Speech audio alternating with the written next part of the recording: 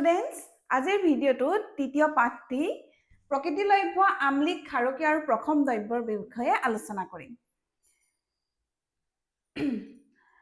এতিয়া চোৱা, প্ৰকৃতিয়ে আমাক বিভিন্ন ধৰণৰ পদাৰ্থ দিয়ে, হয়নে? প্ৰকৃতিৰ পৰা আমি বিভিন্ন ধৰণৰ বস্তু পাওঁ আৰু সেই বস্তুবিলাকৰ বিভিন্ন ধৰণৰ স্বভাৱ থাকে। এই বস্তুবিলাকক আমি তিনিটা স্বভাৱত বিভক্ত কৰিব পাৰোঁ, যেনে এচিড, বেছ আৰু নিউট্ৰেল সাবস্টেন্স, যাক আমি অসমীয়াত কওঁ অম্ল, ক্ষাৰ আৰু প্ৰথম, হয়নে? এই তিনিটা স্বভাৱত আমি বিভক্ত কৰিব পাৰোঁ, কিন্তু কেনেধৰণে বিভক্ত কৰিম তাৰ বিষয়ে আমি ইয়াত আলোচনা কৰিম। এতিয়া প্ৰথম আমি আলোচনা কৰোঁ আম্লিক দ্ৰব্য বা এচিড মানেনো কি? এচিডিক সাবস্টেন্স আমি কাক কওঁ? যিবিলাক বস্তু আমি যেতিয়া সোৱাদ লওঁ আৰু সোৱাদ লওঁতে আমি টেঙা অনুভৱ কৰোঁ, সেই দ্ৰব্যবিলাককে বা সেই পদাৰ্থবিলাকৰ কেনেকুৱা ধৰণৰ স্বভাৱৰ বুলি আমি ক'ব পাৰোঁ? আম্লিক স্বভাৱৰ বুলি ক'ব পাৰোঁ। এতিয়া অকল যে টেঙা সোৱাদটোৱে সেই বস্তুটোত অম্ল প্ৰেজেন্ট থাকে তাক কিন্তু নকয়। তাৰ বাবে আমি আৰু কিছুমান পৰ্যবেক্ষণ কৰিব লাগিব। কেনেকুৱা ধৰণৰ পৰ্যবেক্ষণ কৰিম? লিটমাছ পেপাৰ বুলি এবিধ প্ৰাকৃতিক সূচক আছে, আৰু লিটমাছ কিহৰ পৰা বনোৱা হয়? লাইকেন নামৰ এবিধ উদ্ভিদৰ পৰা বনোৱা হয়। লাইকেন মানে কি জানানে? আমি যে হেমেকা ঠাইত থকা শিলগুটি বা গা গছৰ ওপৰত এবিধ সেউজীয়া উদ্ভিদ দেখা পাওঁ, সেই উদ্ভিদবিধকে আমি কি বুলি কওঁ? লাইকেন বুলি কওঁ। আৰু সেই উদ্ভিদবিধৰ পৰাই লিটমাছ পেপাৰ বনোৱা হয়। লিটমাছ পেপাৰ দুই ধৰণৰ থাকে, এবিধ থাকে ৰঙা আৰু এবিধ থাকে নীলা। এতিয়া অম্লই কি কৰে? অম্লই ব্লু লিটমাছ পেপাৰক, মানে নীলা ৰঙৰ লিটমাছ পেপাৰক ৰঙালে পৰিৱৰ্তন কৰে। যদি আমি অম্ল কি কৰোঁ? সেই লিটমাছ পেপাৰখনত দি দিওঁ, তেতিয়াহ'লে নীলা লিটমাছ পেপাৰখন কেনেকুৱা ৰঙৰ হৈ যাব? ৰঙা ৰঙৰ হৈ যাব। আৰু সি কি সূচাব? যে ইয়াত এই পদাৰ্থবিধত বা এই বস্তুবিধত কি প্ৰেজেন্ট আছে? অম্ল, অৰ্থাৎ এচিড প্ৰেজেন্ট আছে। আৰু অম্ল সাধাৰণতে আমি বিভিন্ন ধৰণৰ ফল মূলত থকা দেখা পোৱা যায়। এতিয়া আহি গ'ল বেছ বা ক্ষাৰ। ক্ষাৰ আমি কেনেকৈ আছে বুলি গম পাম? যিকোনো এটা পদাৰ্থ যদি আমি চুই চাওঁতে পিছল নিচিনা অনুভৱ কৰোঁ বা তাৰ যদি সোৱাদ তিতা হয়, তেতিয়াহ'লে তেনেধৰণৰ পদাৰ্থক আমি কি বুলি ক'ব পাৰোঁ? ক্ষাৰকীয় পদাৰ্থ বা ক্ষাৰকীয় দ্ৰব্য বুলি ক'ব পাৰোঁ। কেনেকৈ আমি গম পাওঁ? বিটাৰ টেষ্ট, তিতা সোৱাদৰ হ'ব পাৰে, আৰু স্লিপাৰী টাৰ্টছ, অৰ্থাৎ পিছল অনুভৱ হ'ব পাৰে। যেনে কেনেকুৱা ধৰণৰ চোৱা, চাবোনৰ পানী, ডিটাৰজেণ্ট, চূণ পানী, টুথপেষ্ট, এইবিলাক হৈ গ'ল ক্ষাৰকীয় দ্ৰব্য। এতিয়া লিটমাছৰ ক্ষেত্ৰত লিটমাছে কেনেকৈ ইয়াক সূচাব?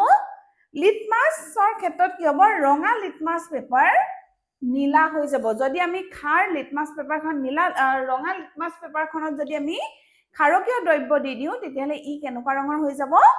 নীলা ৰঙৰ হৈ যাব। ইয়াৰ পৰা আমি ক্ষাৰকীয় দ্ৰব্যৰ বিষয়ে জানিব পাৰোঁ। এতিয়া আহি গ'ল ৩ নম্বৰ দ্ৰব্যটো কেনেকুৱা হ'ব? য'ত এচিডো নাথাকিব, বেছো নাথাকিব।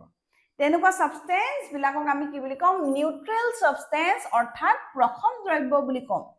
তাৰ গুণটো ক্ষাৰকীয়ও নহ'ব আৰু অম্লীয়ও নহ'ব, হয়নে?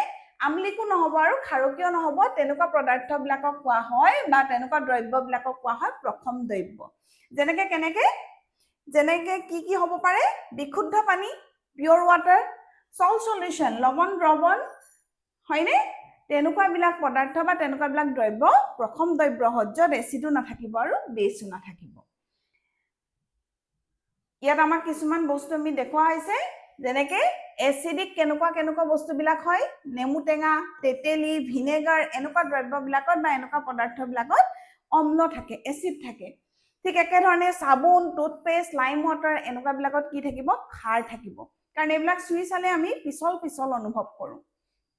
আৰু প্ৰথম দ্ৰব্য কেইটামানৰ নাম দিয়া হৈছে পানী, লৱণ দ্ৰৱণ, ডিষ্টিল ৱাটাৰ, হয়নে? এতিয়া চোৱা, আমি লিটমাছৰ কথা আলোচনা কৰিলোঁ। লিটমাছক মই কি বুলি কৈছিলোঁ? প্ৰাকৃতিক সূচক, নেচাৰেল ইণ্ডিকেটৰ বুলি আমি কওঁ। নেচাৰেল বুলি কিয় কৈছোঁ বা প্ৰাকৃতিক বুলি কিয় কৈছোঁ? কিয়নো প্ৰকৃতিৰ পৰা যে আমি লাইকেন পাওঁ, লাইকেন নামৰ উদ্ভিদৰ পৰা এই পেপাৰসমূহ বনোৱা হয়। দুটা ধৰণৰ পেপাৰ আমি কৈছোঁৱে, যে ৰঙা আৰু নীলা। এই যে আমি ব্যৱহাৰ কৰিছো যাৰ সহায়ত যিবিলাক সাবস্টেন্সৰ সহায়ত বা যাৰ সহায়ত আমি এই তিনিবিধ দ্ৰব্য চিনাক্তকৰণ কৰিছো তাকে আমি কি বুলি কওঁ সূচক বুলি কওঁ প্ৰাকৃতিক বিভিন্ন ধৰণৰ সূচকৰ বিষয়ে আমি আলোচনা কৰিম প্ৰথমটো তোমালোকে গম পালে লিটমাছৰ কথা এচিডৰ ক্ষেত্ৰত কি হয় ব্লু লিটমাছ ৰেডলে কনভাৰ্ট হয় আৰু ৰেড লিটমাছ ব্লুলে কাৰ ক্ষেত্ৰত হয় ক্ষাৰৰ ক্ষেত্ৰত হয় এইখিনি কথা আলোচনা কৰিছে এতিয়া চোৱা লিটমাছৰ বাহিৰেও কেনেকুৱা ধৰণৰ প্ৰাকৃতিক সূচক আমি দেখা পোৱা যায়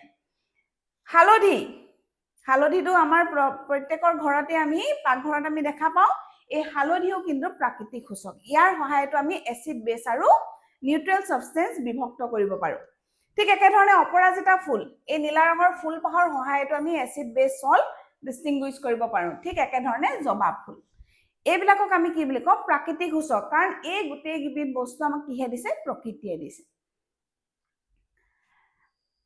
এতিয়া চোৱা নীলা অপৰাজিতাৰ ক্ষেত্ৰত কেনেকৈ আমি বিভক্ত কৰিব পাৰো চোৱা নীলা অপৰাজিতাৰ ৰং কেনেকুৱা হয় সাধাৰণতে নীলা হয় নে নহয় হয় তো নীলাৰ সেই অপৰাজিতা ফুলৰ পৰা আমি কি কৰিলো নীলা পানীখিনি আমি উলিয়াই ললো সেই পানীখিনিত যদি আমি অম্ল কি কৰি দিওঁ মিহলাই দিওঁ তাহলে সেই নীলা পানীখিনি গুলপীয়া ৰঙৰ বা পাৰ্পল কালাৰ বেঙুনীয়া ৰঙলৈ পৰিৱৰ্তন হ'ব আৰু তেতিয়া আমি কি গম পাম যে এই পদাৰ্থবিধ বা এই দ্ৰব্যবিধ আম্লিক স্বভাৱৰ বেছৰ ক্ষেত্ৰত কি হ'ব ক্ষাৰৰ ক্ষেত্ৰত কি হ'ব সেই নীলা ৰঙৰ পানীখিনি সেউজীয়ালৈ পৰিৱৰ্তন হ'ব আমি যদি ক্ষাৰকীয় পদাৰ্থবিধ তাত মিহলাই দিওঁ তেতিয়াহ'লে কি ৰঙৰ হৈ যাব পানীখিনি নীলাৰ পৰা সেউজীয়া হ'ব কিন্তু প্ৰথম দ্ৰব্যৰ ক্ষেত্ৰত পানীখিনি নীলাই হৈ থাকিব ৰঙৰ কোনো পৰিৱৰ্তন নহ'ব এতিয়া এই যে আমি এইখিনি প্ৰাকৃতিক সূচকৰ কথা পঢ়ি আছিলো সেই প্ৰাকৃতিক সূচকখিনিত আমি কেনেধৰণে গম পাইছিলো আমি চাই গম পাইছিলো ৰঙৰ পৰিৱৰ্তনটো দেখি আমি গম পাইছিলো যে কোনবিধ এচিড কোনবিধ বেছ বা কোনবিধ নিউট্ৰেল সাবস্টেন্স ইয়াৰ উপৰিও দেখাৰ উপৰিও আমি কিন্তু গোন্ধৰ সহায়তো এচিড বেছ আৰু সল্টক বিভক্ত কৰিব পাৰো তেনেকুৱা ধৰণৰ সূচকবিলাকক আমি কি বুলি কওঁ ঘ্ৰাণ সূচক আৰু ইংৰাজীত কোৱা হয় olfactory indicators হয়নে কেনেকুৱা ধৰণৰ আমাৰ তেনেকুৱা olfactory indicator আছে পিয়াজৰ সহায়ত আমি কৰিব পাৰো ভেনিলা লং টেল এই তিনিবিধৰ সহায়ত এই তিনিবিধৰ গোন্ধৰ পৰিৱৰ্তন হ'ব যেতিয়া আমি এচিড বেছ এইবিলাক বস্তু ইয়াত আমি কি কৰিম মিহলাম তেতিয়া ইয়াৰ গোন্ধৰ পৰিৱৰ্তন হ'ব আৰু এই গোন্ধৰ সহায়ত আমি কোনটোনো অম্লীয় স্বভাৱৰ আম্লিক স্বভাৱৰ কোনটো ক্ষাৰকীয় স্বভাৱৰ অথবা কোনটো প্ৰথম স্বভাৱৰ তাৰ বিষয়ে জানিব পাৰিম এতিয়া বিভিন্ন ধৰণৰ আম্লিক ক্ষাৰকীয় আৰু প্ৰথম দ্ৰব্য আমাৰ দৈনন্দিন জীৱনত আমি ব্যৱহাৰ কৰিয়ে থাকো আমি জনা নজনাকৈ আমি সদায় ব্যৱহাৰ কৰি আছো যেনেকৈ আমি যে খাওঁ গৰমৰ দিনত নেমু চৰ্বত গ্লাছ কি স্বভাৱৰ আম্লিক স্বভাৱৰ হয়নে নহয় আম্লিক প্ৰকৃতিৰ আমি সদায় যিডোখৰ চাবোনে আমি গাত ঘঁহি গা ধুওঁ সেইডোখৰ কি স্বভাৱৰ ক্ষাৰকীয় স্বভাৱৰ আৰু যে দাঁত আমি মাজতে কি কৰোঁ টুথপেষ্ট ব্যৱহাৰ কৰোঁ নে নকৰোঁ সেই টুথপেষ্ট কি স্বভাৱৰ ক্ষাৰকীয় স্বভাৱৰ আমি ক্ষাৰকীয় স্বভাৱৰ টুথপেষ্ট কিয় দাঁতত ব্যৱহাৰ কৰোঁ যাতে আমাৰ মুখৰ ভিতৰত যোনটো এচিডিক নেচাৰ সেইটো আমি কি কৰিব পাৰোঁ নিউট্ৰেল যাতে আমি কৰিব পাৰোঁ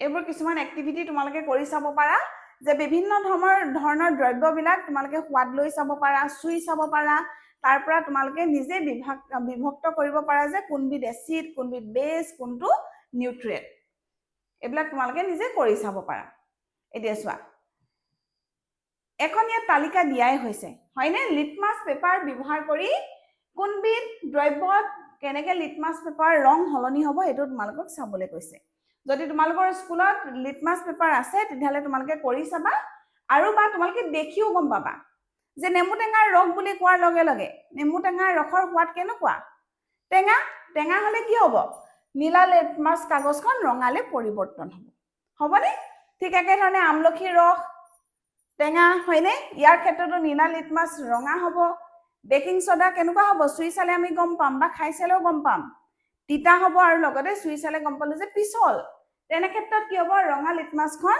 নীলালে পৰিৱৰ্তন হ'ব এই গোটেইকেইটা তোমালোকে নিজে আইডিয়া কৰিও লিখিব পাৰিবা অলৰেডি আমি আলোচনা কৰিছো এই কথাখিনি সেইখিনিৰ ওপৰত ভিত্তি কৰিও তোমালোকে এই তালিকাখন সম্পূৰ্ণ কৰিব পাৰিবা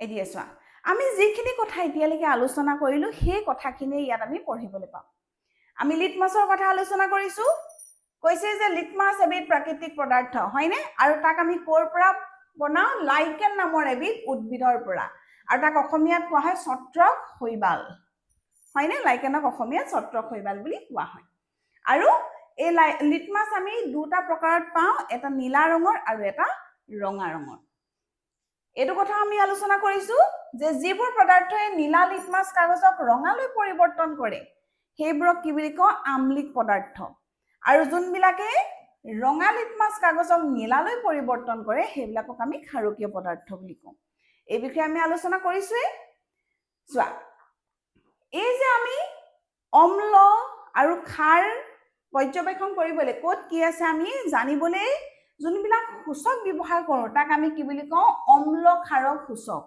ইংৰাজীত কি বুলি কোৱা হয় এচিড বেছ ইণ্ডিকেটৰ বুলি কোৱা হয় হয়নে আৰু যোনবিলাক পদাৰ্থই লিটমাছৰ ৰং সলনি নকৰে তাক আমি কি বুলি কওঁ প্ৰথম পদাৰ্থ অথবা নিউট্ৰেল সাবষ্টেন্স বুলি কোৱা হয় ইয়াত দেখুৱাই হৈছে যে লাইকেন কি হয় মই কৈছোৱে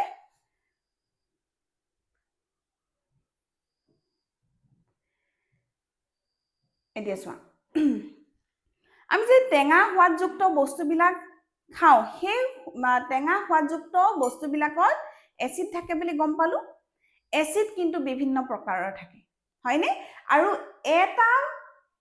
এটা তোমাৰ খোৱা বস্তুত এটাতকৈ বেছি অম্ল থাকিব পাৰে যেনে তোমাক দেখুৱা হৈছে এইটো দেখিছানে বিলাহীত কি আছে সাইট্ৰিক এচিডো আছে আৰু মেলিক এচিডো আছে হয়নে ঠিক একেধৰণে নেমু টেঙাত কি আছে সাইট্ৰিক এচিড আছে এনেকৈ বিভিন্ন ধৰণৰ খাদ্য বস্তুত বিভিন্ন ধৰণৰ ফল মূল শাক পাচলিত আমি বিভিন্ন ধৰণৰ এচিড পাব পাৰো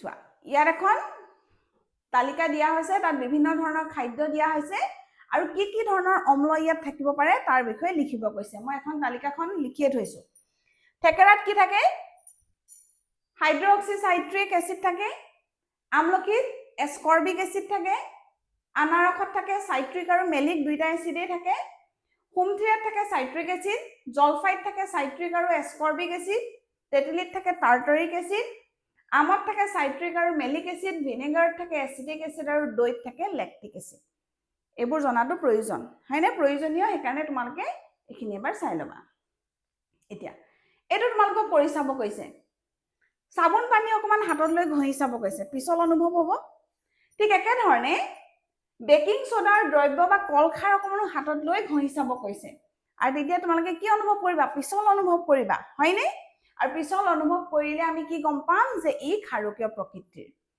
কলখাৰ কেনেকৈ প্ৰস্তুত কৰা হয় তাৰ বিষয়ে ইয়াত কোৱা হৈছে যে আমি কি কৰিলো ভীমকলৰ বাকলি শুকুৱাই ৰাখিলো তাক আমি পুৰি দিলো তাৰ লগত পানী যেতিয়া মিহলাই দিম তাৰ পৰা এবিধ কোলা জুলীয়া ওলাই পৰিব আৰু সেই কোলা জুলীয়া বিধে হৈ গল কলখাৰ বা কলগছৰ শুকান কাগজ জ্বলাইও প্ৰস্তুত কৰা হয় হয়নে নহয় এতিয়া কলখাৰ আমাৰ অসমীয়া সমাজৰ প্ৰত্যেকটো পাকঘৰতে ব্যৱহাৰ হয় আৰু তোমালোকে তোমালোকৰ ঘৰৰ জ্যেষ্ঠজনক সুধিলে গম পাবা যে কলখাৰ কি কি কামত ব্যৱহাৰ হয় তোমালোকে ঘৰৰ ডাঙৰ সকলক সুধি চাবা যে কলখাৰ আমি কি কি কামতনো ব্যৱহাৰ কৰোঁ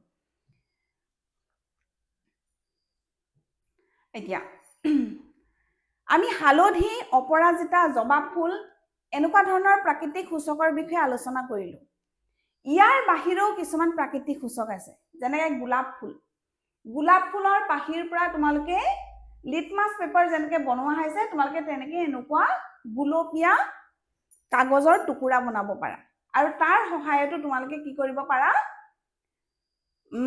এচিড বেছ আৰু নিউট্ৰেল সাবষ্টেন্স বিলাক বিভক্ত কৰিব পাৰা যেনেকৈ এনেকুৱা কাগজ তোমালোকে বনাই ললা কেনেকৈ বনাব লাগিব তাৰ বিষয়েও কোৱা হৈছে পঢ়ি চালে বুজি পাবা আৰু তোমালোকক কি কৰিব কৈছে এনেকুৱা কাগজৰ পাতিবিলাক বনোৱাৰ পিছত ইয়াত তোমালোকক নেমু টেঙাৰ ৰস দি চাব কৈছে, চাবোনৰ পানী দি চাব কৈছে, আমলখিৰ ৰস, এনেকুৱা ধৰণৰ যোনবিলাক বস্তু ঘৰতে উপলব্ধ তেনেকুৱা বস্তুবিলাক দি চাব কৈছে। আৰু তাৰ পৰাই তোমালোকে ৰঙৰ পৰিৱৰ্তনটো গম পালে পদাৰ্থবিলাক কি প্ৰকৃতিৰনো তাৰ বিষয়েও গম পাবা। চোৱা, যেনেকে গোলাপৰ কাগজৰ পটিত যদি তুমি নেমু টেঙাৰ ৰস দি দিয়া তেতিয়া তুমি কেনেকুৱা ধৰণৰ দেখা পাবা? ৰঙা ৰঙলৈ পৰিৱৰ্তন হোৱা দেখা পাবা। আৰু ৰঙা ৰঙলৈ পৰিৱৰ্তন হোৱা মানে গম পালো যে ই কেনেকুৱা প্ৰকৃতিৰ হ'ব? আম্লিক প্ৰকৃতিৰ। ঠিক একেধৰণে তুমি যদি বেকিং সোডাৰ দ্ৰব্য যদি তুমি সেই তেনেকুৱা ধৰণৰ কাগজৰ পটিত দি দিয়া তেতিয়া সি সেউজীয়া ৰঙৰ হৈ যাব। তাৰ পৰা তাৰ প্ৰকৃতি গম পালো ক্ষাৰকীয় প্ৰকৃতিৰ, হয়নে? আৰু যদি পানী আমি দি দিওঁ তেতিয়া সেই গোলাপ কাগজৰ পটিত আমি কোনো ধৰণৰ ৰঙৰ পৰিৱৰ্তন নেদেখিম। আৰু তেনেকুৱা তোমাৰ দ্ৰব্যবিলাক কি হ'ব? প্ৰথম পদাৰ্থ হ'ব। হৈ গ'ল? অপৰাজিতাৰ কথা আমি কৈছোৱে। অপৰাজিতা কেনেকে, অপৰাজিতাৰ ক্ষেত্ৰত কি কি হয় পৰিৱৰ্তন, আমি সেইটো কথা আলোচনা কৰিছোৱে। ইয়াত দিয়াও আছে, পঢ়ি চাবা। এতিয়া এই ফুলবিধ তোমালোকে দেখিছাই, উত্তৰ পূব ভাৰতত এই ফুলবিধ দেখা পোৱা যায়। কিন্তু তোমালোকে এইটো কথা মন কৰিছানে মই নাজানো যে কিছুমান মানুহৰ ঘৰত এই ফুলবিধ গুলপীয়া ৰঙৰ ফুলে আৰু কিছুমান মানুহৰ ঘৰত নীলা ৰঙৰ ফুলে। খুব ইণ্টাৰেষ্টিং কথা, মন কৰিবা। তোমালোকৰ ওচৰ পাজৰে যদি কাৰোবাৰ ঘৰত আছে বা তোমালোকৰ ঘৰত আছে তেনেকে বিভিন্ন ঘৰত তোমালোকে ফুলবিধৰ ৰংটো মন কৰিবা। ফুলবিধৰ নাম হৈ গ'ল হাইড্ৰেঞ্জিয়া, হয়নে? এই ফুলবিধ যদিও বেলেগ দুটা ৰঙৰ দেখিছা কিন্তু একেটা ফুলেই। এই নীলা ৰঙৰ কেতিয়া হ'ব? সেই মাটি টুকুৰাৰ যদি প্ৰকৃতি যদি আম্লিক হয় তেতিয়াহ'লে এই ফুলবিধ কি হ'ব? নীলা ৰঙৰ হৈ ফুলিব। আৰু যদি ক্ষাৰকীয় মাটিত এই ফুলজোপা ৰোৱা হয়, এই গছজোপা ৰোৱা হয় তেতিয়াহ'লে ফুলবিলাক কেনেকুৱা ৰঙৰ হ'ব? গুলপীয়া ৰঙৰ হ'ব। গম পালানে? আম্লিক প্ৰকৃতিৰ মাটিত ৰুলে নীলা ৰঙৰ হ'ব আৰু ক্ষাৰকীয় প্ৰকৃতিৰ মাটিত ৰুলে গুলপীয়া ৰঙৰ হ'ব, হয়নে?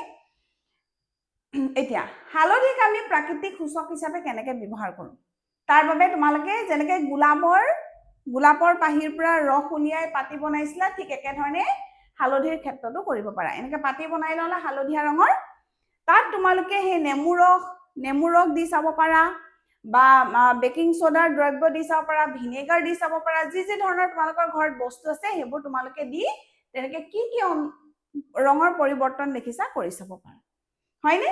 আৰু চোৱা, এই কথাটো সকলোৱে মন কৰিছা, আমাৰ যদি খাদ্য বস্তু কেনেবাকে কাপোৰত লাগে, হালধিৰ ৰং যদি আমাৰ লাগে, হয়নে নহয়?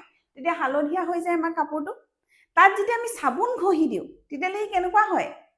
অলপ অৰেঞ্জ কালাৰ, কমলা ৰঙৰ নিচিনা ৰং এটা হৈ যায়নে? তাৰ ৰঙৰ পৰিৱৰ্তন হয়, হয়নে? মুগা ৰঙৰ অকমান কমলা ৰঙৰ নিচিনা এনেকুৱা এটা ৰং হৈ যায়। এইটোৱেই সূচক হিচাপে আমি ইয়াকে ধৰিব পাৰোঁ। চাবোন কি প্ৰকৃতিৰ হয়? ক্ষাৰকীয় প্ৰকৃতিৰ, হয়নে? যেতিয়া হালধিত খাৰ লাগি গৈছে তাৰ ৰংটো কি হৈছে? হালধীয়াৰ পৰা কমলা বা মুগা ৰঙলৈ পৰিৱৰ্তন হৈছে। তাৰ পৰা আমি কি গম পালো যে হালধিত যেতিয়া ক্ষাৰকীয় দ্ৰব্য ব্যৱহাৰ কৰিম তেতিয়া তাৰ ৰং মুগা বা কমলা ৰঙলৈ পৰিৱৰ্তন হ'ব।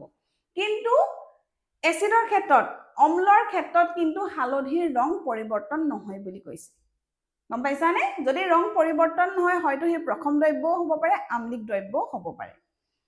ঠিক একেধৰণে তোমালোকে বন্ধু দিৱস বা তোমালোকৰ লগৰীয়া যদি কাৰোবাক বাৰ্থডে উইচ কৰিবলৈ তোমালোকে এনেকে সোণালী বাৰ্তা প্ৰস্তুত কৰিব পাৰা। কেনেকে সোণালী বাৰ্তাটো প্ৰস্তুত কৰা হয় সেই বিষয়ে তোমালোকে পঢ়ি ল'বা। হালধি ব্যৱহাৰ কৰি এখন বনোৱা হৈছে। এতিয়া আমি পিঁয়াজ, তাৰপিছতে লং তেল আৰু ভেনিলাৰ কথা পঢ়িছিলো। ঘ্ৰাণ সূচক বুলি আমি পঢ়িছিলো, হয়নে? ইয়াতো তোমালোকক ঘ্ৰাণ সূচকৰ কথা কোৱা হৈছে। পিঁয়াজ, নহৰু এইবিলাক ব্যৱহাৰ কৰি আমি এচিড, বেছ আৰু নিউট্ৰেল ছাবষ্টেন্সক চিনাক্তকৰণ কৰিব পাৰোঁ। কেনেকে কৰিব পাৰোঁ তাৰ বিষয়েও কোৱা হৈছে। কেইটুকুৰমান নহৰু মিহিকৈ থেতেলিয়াই ল'বলৈ কৈছে আৰু পৰিষ্কাৰ কপাহী কাপোৰ বা ফিল্টাৰ পেপাৰত কাটি লৈ এটা সৰু বায়ুৰুদ্ধ বটল বা পাত্ৰত ৰাখিবলৈ কৈছে, হয়নে? আৰু পাত্ৰটো ভালদৰে বন্ধ কৰি এৰাতি থৈ দিব কৈছে যাতে সেই কাপোৰখনত বা ফিল্টাৰ পেপাৰখনত নহৰুৰ গোন্ধটো সোমাই পৰে। পিছদিনা সেই ফিল্টাৰ পেপাৰখন বা কাপোৰখন উলিয়াব কৈছে আৰু তাত কি কৰিব কৈছে? তেতেলীৰ পানী, বেকিং সোডাৰ পানী এইবোৰ দিব কৈছে, মিহলাব কৈছে। তেতিয়া গোন্ধৰ পৰিৱৰ্তনটো পৰ্যবেক্ষণ কৰিব কৈছে আৰু সেই গোন্ধৰ পৰিৱৰ্তনটো হৈছে নে নাই হোৱা তাৰ পৰা আমি এই দ্ৰব্যবিলাক আম্লিক প্ৰকৃতিৰ নে ক্ষাৰকীয় প্ৰকৃতিৰ তাৰ বিষয়ে গম পাম এইটো তোমালোকে কৰি চাব পাৰা ইচ্ছা কৰিলে এতিয়া অম্ল আৰু ক্ষাৰক যদি আমি একেলগে মিহলাই দিওঁ তেতিয়া কি হ'ব হেতু প্ৰশ্নও তোমালোকৰ মনলৈ আহিব লাগে সেই প্ৰশ্নটোৰ উত্তৰো কিন্তু তোমালোকক দিয়া হৈছে যেতিয়া আমি এটা পৰ্যাপ্ত পৰিমাণত আম্লিক পদাৰ্থ আৰু ক্ষাৰকীয় পদাৰ্থ মিহলাই দিম তেতিয়া ই কি কৰিব তেতিয়া লৱণ পানী আৰু তাপ ই কি কৰিব উৎপন্ন কৰিব হয়নে কি উৎপন্ন কৰিব লৱণ পানী আৰু তাপ আৰু এই পদাৰ্থবিধ এতিয়া তাৰ প্ৰকৃতিটো কেনেকুৱা হৈ যাব ই প্ৰথম প্ৰকৃতিৰ হৈ যাব ই নিউট্ৰেল হৈ যাব ইয়াত না এসিড থাকিব না এতিয়া বেছ থাকিব হয়নে আৰু যেতিয়া আমি আম্লিক পদাৰ্থ আৰু ক্ষাৰকীয় পদাৰ্থক সংযোগ কৰিম তেতিয়া তেহেতৰ মাজত কি ঘটিব বিক্ৰিয়া ঘটিব বিক্ৰিয়া ঘটাৰ কাৰণেতো লৱণ পানী আৰু তাপ উৎপন্ন হৈছে হয়নে নহয় এই বিক্ৰিয়াটোক আমি কি বুলি কম প্ৰশমন বিক্ৰিয়া বুলি কম ইংৰাজীত কোৱা হয় নিউট্ৰেলাইজেশ্যন ৰিএকচন বুলি কোৱা হয় হয়নে আমি বিক্ৰিয়া কি পঢ়িছোৱে বিক্ৰিয়া কি হ'ব যেতিয়া দুটা বা তাতোতকৈ অধিক বস্তুক আমি কি কৰিম মিহলাম তাত নতুন বস্তু উৎপন্ন হ'ব তেতিয়া বিক্ৰিয়া ঘটে ইয়াতো আমি দেখিছো যে লৱণ পানী আৰু তাপ নতুন বস্তু উৎপন্ন হৈছে নে মানে অম্ল আৰু ক্ষাৰকৰ মাজত কি হৈছে বিক্ৰিয়া ঘটি আছে আৰু এই বিক্ৰিয়াটোক আমি প্ৰশমন বিক্ৰিয়া বুলি কওঁ আৰু তেতিয়া লৱণ পানী আৰু তাপ উৎপন্ন হৈছে আৰু তাৰ সেই দ্ৰব্যটো এতিয়া যোনটো দ্ৰব্য বনিব হেতুৰ প্ৰকৃতি কেনেকুৱা হ'ব প্ৰথম প্ৰকৃতিৰ হ'ব বাস্তৱ জীৱনত প্ৰশমন বিক্ৰিয়া কি হয় আমি চাওঁ আহা বদহজম ইংৰাজীত এচিডিটি বুলি কোৱা হয় বা ইনডাইজেশ্যন বুলি কোৱা হয় হয়নে আমাৰ কেতিয়াবা কি হয় পেটটো খুব জ্বলা পুৰা কৰি থাকে উগাৰ আহি থাকে হয়নে কিয় হয় আমাৰ পাকস্থলীত কি থাকে হাইড্ৰক্লৰিক এচিড থাকে হয়নে আৰু যদি এই হাইড্ৰক্লৰিক এচিডৰ পৰিমাণটো বৃদ্ধি হৈ যায় তেতিয়াহলে পেটত কি হয় এচিডিটিৰ সৃষ্টি হয় এচিডিটিৰ সৃষ্টি হ'ব মানে এচিডৰ পৰিমাণটো আমাৰ পাকস্থলীত বাঢ়ি যায় তেনে ক্ষেত্ৰত বদহজম আৰু অস্বস্তিৰ সৃষ্টি হয় বদহজম আৰু অস্বস্তিৰ সৃষ্টি হয় ইয়াৰ পৰা হকাহ পাবলৈ আমি কি খাই দিওঁ মিল্ক অফ মেগনেছিয়াম হাইড্ৰক্সাইড এই যে গুলপীয়া ৰঙৰ এটা লিকুইড পোৱা যায় হয়নে বটলত হেতু আমি খাই দিলে কি হয় অলপ পাছত আমি আৰাম পাওঁ এই মিল্ক অফ মেগনেছিয়াটো কি হয় ক্ষাৰকীয় দ্ৰব্য হয় যেতিয়া এচিড আৰু বেছ মিহলি যায় তেতিয়াহলে কি হয় প্ৰশমন বিক্ৰিয়া ঘটে বুলি আমি পঢ়িছো নে আৰু আমাৰ পেটটো কি কৰি দিব তেতিয়া এচিড আৰু বেছটো মিক্স হৈ নিউট্ৰেল হৈ যাব হয়নে আৰু তেতিয়া আমি আৰাম পাম মাটিৰ পৰিশোধন চোৱা যদি মাটিখিনি খুব বেছি আম্লিক বা ক্ষাৰকীয় প্ৰকৃতিৰ হয় তেতিয়াহলে তাত গছ-গছনি ভালদৰে বৃদ্ধি হ'ব নোৱাৰে বা ফল-মূল বা কি হয় শাক-পাচলি ভালদৰে উৎপন্ন নহয় তেনে ক্ষেত্ৰত আমি মাটিৰ আম্লিক গুণ যদি হ্ৰাস কৰিব হয় তেতিয়াহলে আমি তাত কি কৰি দিম সেই মাটিখিনিৰ লগত চূণ মিহলাই দিওঁ চূণ ক্ষাৰকীয় প্ৰকৃতিৰ আম্লিক গুণ থকা মাটিখিনিৰ লগত যেতিয়া আমি চূণ মিহলাই দিম তেতিয়া হি কি হৈ যাব প্ৰশমিত হৈ যাব নিউট্ৰেল হৈ যাব ঠিক একেধৰণে যদি কেনেবাকে মাটিখিনিত অত্যাধিক ক্ষাৰ থাকে অত্যাধিক যদি ক্ষাৰকীয় হয় মাটিখিনি তেনে ক্ষেত্ৰত আমি গোবৰ বা পচন সাৰ যোগ কৰি দিম আৰু হি তেতিয়া কি কৰিব প্ৰশমিত কৰিব কাৰণ জৈৱিক পদাৰ্থবোৰে কি কৰে অম্ল এৰি দিয়ে ক্ষাৰকীয় মাটিত যেতিয়া আমি অম্ল এৰি দিম তেতিয়া কি হৈ যাব মাটিখিনি প্ৰশমিত হ'ব আৰু লগতে উদ্ভিদৰ বৃদ্ধিৰ বাবে উপযোগী হৈ পৰিব ঔদ্যোগিক আৱৰ্জনাৰ পৰিশোধন আমাৰ উদ্যোগবিলাকৰ পৰা যোনবিলাক পদাৰ্থ ওলাই সেই পদাৰ্থবিলাক সাধাৰণতে আম্লিক প্ৰকৃতিৰ থাকে এই আৱৰ্জনাবিলাক আমি নদীৰ বা সাগৰৰ পানীত এৰি দিওঁ কিন্তু নদী বা সাগৰৰ পানীত এৰি দিয়াৰ লগে লগে কি হ'ব নদীত থকা যোনবিলাক মাছ কাছ এইবিলাকক কি কৰিব ধ্বংস কৰিব তেনে ক্ষেত্ৰত আমি কি কৰিম এই কাৰখানাৰ পৰা ওলোৱা আৱৰ্জনাবোৰ প্ৰথমতে ক্ষাৰকীয় দ্ৰব্যৰ লগত মিহলাই ইয়াক আমি প্ৰশমিত কৰিম তাৰ পাছতে নদী বা সাগৰত এৰি দিয়া হয় পুখুৰীৰ পৰিচৰ্যা আৰু মীন পালন যেতিয়া পুখুৰী এটা খন্দা হয় তেতিয়া কি হয় ইয়াৰ লগত আমি সাধাৰণতে কি কৰো চূণ ব্যৱহাৰখিনি পানী বা মাটিৰ যোনটো মান হেতুক আমি উন্নত কৰো আৰু পানীত যদি কেনেবাকে পুখুৰীৰ পানীত যদি অতিৰিক্ত অম্ল থাকে তেতিয়াহলে আমি ইয়াত মৰাচূণ সংযোগ কৰি ইয়াক আমি প্ৰশমিত কৰো যাৰ বাবে ইয়াত মাছ মীন পালন কৰিবলৈ সুবিধা হয় মৌমাখিৰ দংশনৰ পৰা হকা আমাক যদি আমলৰি পৰুৱাই কামৰে বা মৌমাখি আমাক দংশন কৰে তেতিয়া কি হয় সেই ঠাইটুকুৰা ফুলি উঠে বা জ্বলা পোৰা কৰে কি কাৰণে কৰে মৌমাখিয়ে দংশনত বা আমলৰি পৰুৱাই যেতিয়া কামৰে এহেতি আমাৰ গাত এচিড এৰি দিয়ে আৰু এই এচিডৰ বাবে আমাৰ সেই ঠাইটুকুৰা জ্বলা পোৰা কৰে কি এচিড এৰে মৌমাখিয়ে দংশন কৰিলে কি এচিড এৰে ফৰ্মিক এচিড হয় না ইয়াক মিথানয়িক এচিড বুলিও কোৱা হয় এই এচিডে আমাৰ কি কৰিব দংশন কৰা ঠাইত বিষ পুৰণি এইবিলাক কৰে তাৰ বাবে কি হয় আমি কি ইউজ কৰো বেকিং সোডা যদি অলপমান লৈ সেই ঠাইটুকুৰাত মোহাৰি দিও তেতিয়াহলে অলপ পাছত আমি এই বিষ পুৰণি ফুলি যোৱাৰ পৰা কি হওঁ আৰাম পাওঁ কাৰণ এই এচিডটোক এই বেকিং সোডাটোৱে কি কৰি দিয়ে প্ৰশমিত কৰে হল ইমানখিনি কথাই তোমালোকৰ পাঠটিত আমি আলোচনা কৰিলো খুবেই ইন্টাৰেষ্টিং কথা দিয়া হৈছে পাঠটিত আৰু প্ৰকৃতিৰ পৰা পোৱা আমলিক খাৰকীয়া আৰু প্ৰসম দ্ৰব্যৰ বিষয়ে আমি যেহেতু আলোচনা কৰিছো তোমালোকে সাধাৰণতে এই বস্তুবিলাক পাবাই তোমালোকৰ ঘৰত বা ওচৰতে পাবাই প্ৰকৃতিৰ পৰা তোমালোকে এইবিলাক সংগ্ৰহ কৰি এক্টিভিটিবোৰ পাৰিলে কৰি চাবা আৰু লগতে তোমালোকে কি কি শিকিলা এই কথাখিনিও এবাৰ ভালদৰে পঢ়ি চাবা